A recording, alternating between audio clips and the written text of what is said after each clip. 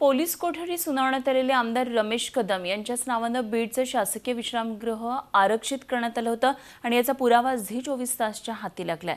विश्रामगृहाच्या आवक-जावक नोंदवहीमध्ये कदम यांच्या नावाने room book केल्याचं स्पष्ट दिसतंय आणि याचाच अर्थ तुरुंगातून न्यायालयामध्ये नेण्यासाठी बाहेर काढलेले कदम यांना ठरवूनच व्हीव्हीआयपी ट्रीटमेंट देण्यात आल्याचं समोर आलेलं आहे। विशेष म्हणजे कदम यांना बीड इथं शासकीय दौऱ्यावर आणल्याची नोंद या ठिकाणी स्पष्ट दिसत आहे।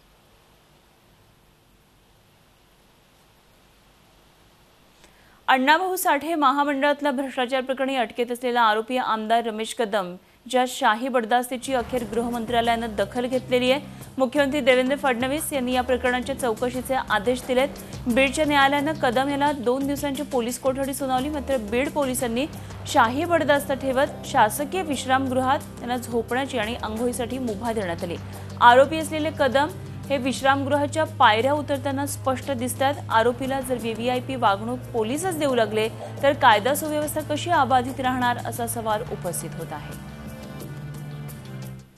असं आहे, कोणी गुन्हेगार असेल तर त्यासाठी त्यांना वागणूक देण्याबद्दलचे काही नियम आहेत। या नियमाच्या बाहेर जाऊन पोलीस यंत्रणेचा कोणी छोटा अधिकारी असेल किंवा वरिष्ठ अधिकारी असेल तो विशेष वागणूक देत असते नियमाच्या बाहेर जाऊन, तर त्याची चौकशी होत असते आणि त्याच्यावर कारवाई होत असते।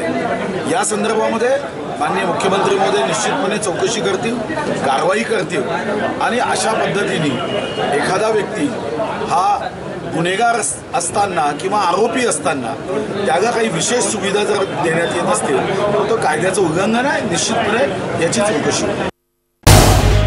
झी 24 तास रहा एक पाऊल पुढे।